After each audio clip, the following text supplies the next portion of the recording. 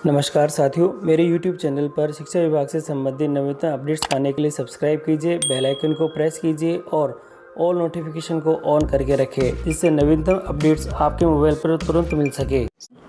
साथियों, शाला दर्पण पर ट्रांसफर वाउचर योजना और ट्रांसफर वाउचर योजना के अंतर्गत लाभान्वित होने वाले विद्यार्थियों की सूची को सत्यापित करने के संबंध में आदेश जारी हुआ है और इसी के संदर्भ में अब शाला दर्पण पर ट्रांसफर वाउचर योजना के लाभान्वित होने वाले विद्यार्थियों की सूची को हम लोग किस प्रकार से ऑनलाइन करेंगे, सत्यापित करेंगे। और यदि किसी कोई बच्चा है जो कि किसी कारण से अपात्र है और वो पात्र हो चुका है, या पात्र बच्चा जो अपात्र है, तो उसका संशोधन हम किस प्रकार से कराएंगे, इन सभी चीज़ों की जानकारी आपको आज के इस वीडियो के अंदर मिलने वाली है। तो आप वीडियो को शुरू से अंत तक जरूर देखें और यदि आप हमारे चैनल पर नए हैं तो चैनल को सब्सक्राइब करके रखिए, जिससे कि इस प्रकार के जो अपडेट्स हैं हम आपके लिए लेके आते हैं आपको सबसे पहले प्राप्त होते रहे।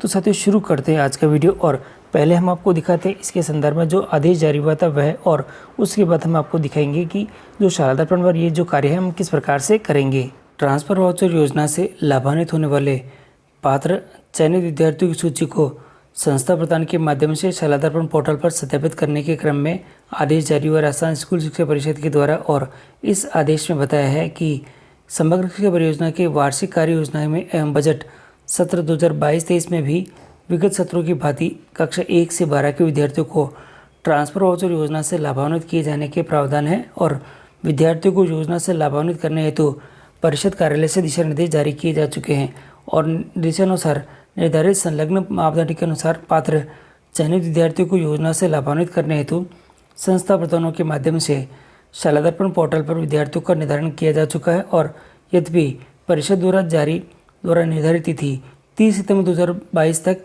CBO लॉगिन के संस्था प्रदानों द्वारा आवश्यक संशोधन करवाए जा चुके हैं, तथापि पात्र और चयनित विद्यार्थियों की सूची का अंतिम रूप से संस्था प्रदान के माध्यम से सत्यापित किया जाना है। और यहाँ दे रखा है दिनांक 21 अक्टूबर। साथियों, थोड़ा सा इम्पोर्टेंट है ये, और ये हमारे डार्क भी कर रखा है ये लाइन्स को, तो थोड़ा इम्पोर्टेंट है सभी के लिए और सभी संस्था प्रधानों के लिए महत्वपूर्ण लाइन होने वाली है। देखिएगा, 21 अक्टूबर 2022 तक विद्यालय स्तर पर शाला दर्पण पोर्टल पर उपलब्ध ट्रांसफर वाउचर योजना में सूचनाओं को संस्था प्रदान के माध्यम से पोर्टल पर प्रदर्शित कक्षावार सूची को कक्षावार सत्यापन कर अंतिम रूप से विद्यालय की समस्त कक्षाओं के पात्र चयनित विद्यार्थियों को समग्र रूप से अंतिम रूप से सत्यापित किया जाना है। इस कार्य को सर्वोच्च प्राथमिकता के साथ पूर्ण किया जाना है और सत्यापित के अभाव में पात्र और चयनित विद्यार्थियों को योजना से लाभान्वित होने से वंचित रहने की स्थिति में समस्त जिम्मेदारी संबंधित संस्था प्रधान और आपकी व्यक्तिगत रूप से रहेगी। तो साथियों, ये बहुत महत्वपूर्ण है कि 21 अक्टूबर से पहले ये कार्य में करना है। और अब मैं आपको दिखाता हूँ ये कार्य किस प्रकार से करना है, और इसके लिए मैं आपको ले चलता हूँ शाला दर्पण के पोर्टल के ऊपर।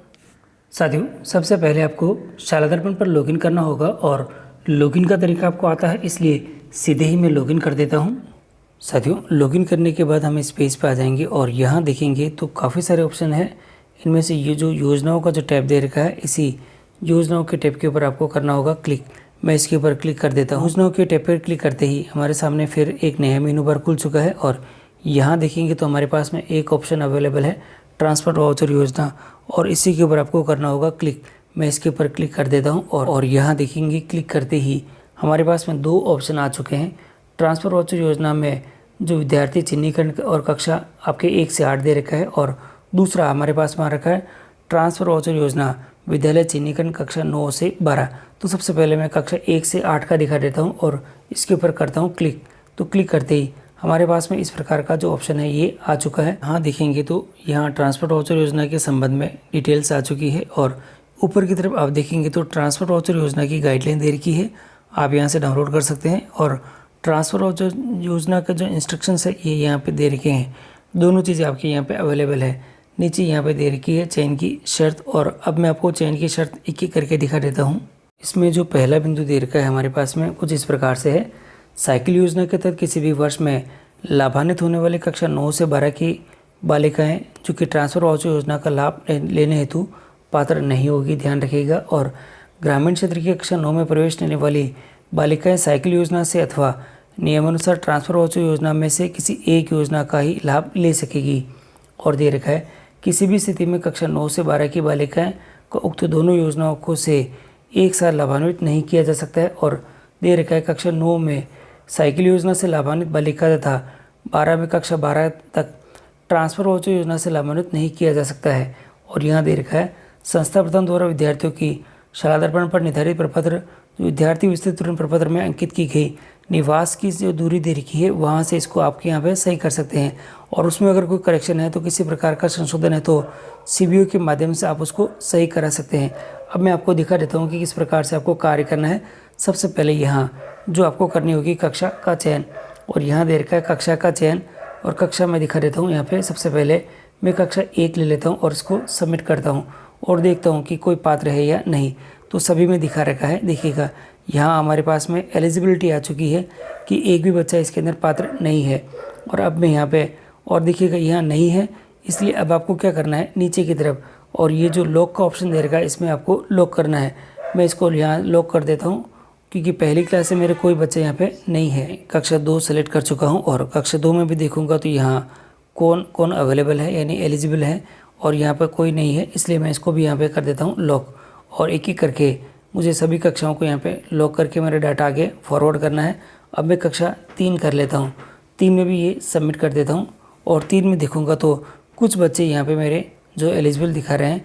तो एलिजिबल बच्चों को यहाँ पे आपको ध्यान से देखना होगा कि वास्तव में इनके जो क्राइटेरिया है उनके अनुसार ये एलिजिबल है या नहीं है। हाँ, देख रहे हैं कि कुछ बच्चे जो मेरे यहाँ दिखाई दे रहे हैं, इन बच्चों के अंदर बहुत सारे बच्चे ऐसे हैं जो कि नॉट एलिजिबल है और एलिजिबल दिखा रखे हैं, और कुछ बच्चे ऐसे हैं नीचे की तरफ जो कि नॉट एलिजिबल है और वो एलिजिबल दिखा दे रहे हैं। तो इनमें अब जो दूरी में संशोधन हम किस प्रकार से करेंगे, क्योंकि सही डाटा को लॉक करना है हमने, तो यहाँ दे रखा है इसके संदर्भ में कि जो बिंदु संख्या 5 दे रखी है यह बहुत महत्वपूर्ण है हमारे लिए कि बिंदु संख्या 5, और इसमें दे रखा है संस्था प्रदान द्वारा विद्यार्थियों की शाला दर्पण पर जो निर्धारित प्रपत्र है यानी प्रपत्र नंबर 9 में विद्यार्थी विस्तृत विवरण प्रपत्र में अंकित की गई निवास स्थान से दूरी यानी विद्यालय की जो दूरी है में किसी प्रकार का संशोधन CBO के माध्यम से ही होगा।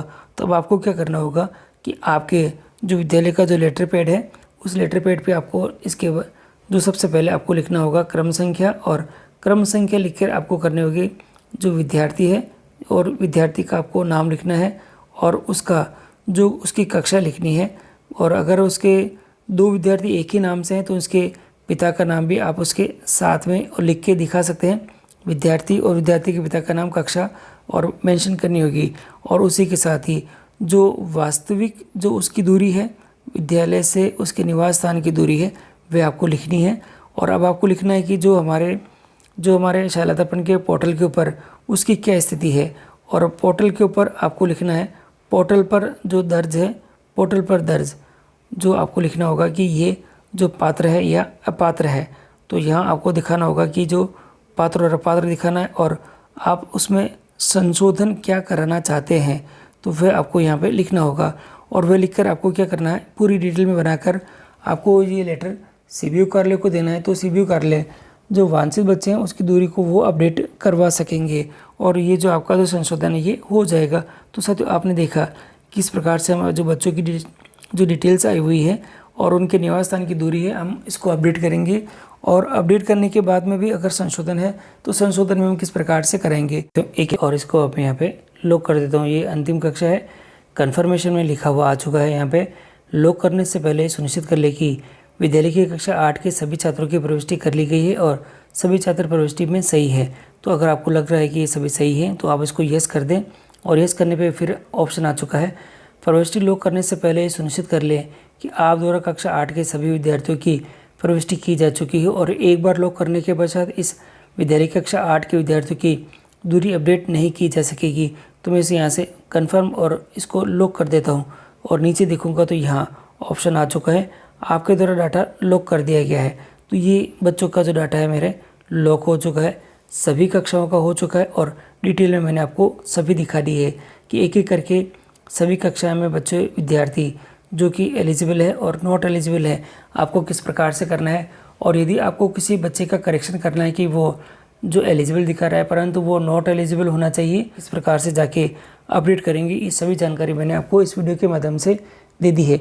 साथियों वीडियो अगर आपको अच्छा लगा तो लाइक कीजिएगा, चैनल पर नए हैं तो सब्सक्राइब कीजिएगा, और सभी शिक्षक साथियों, संस्था प्रधानों और शाला दर्पण प्रभारियों को ये वीडियो शेयर करना न भूलें, जिससे कि सभी अपने विद्यालय के अंदर 21 अक्टूबर से पहले ये सभी जो कार्य है वे अपडेट कर सकें।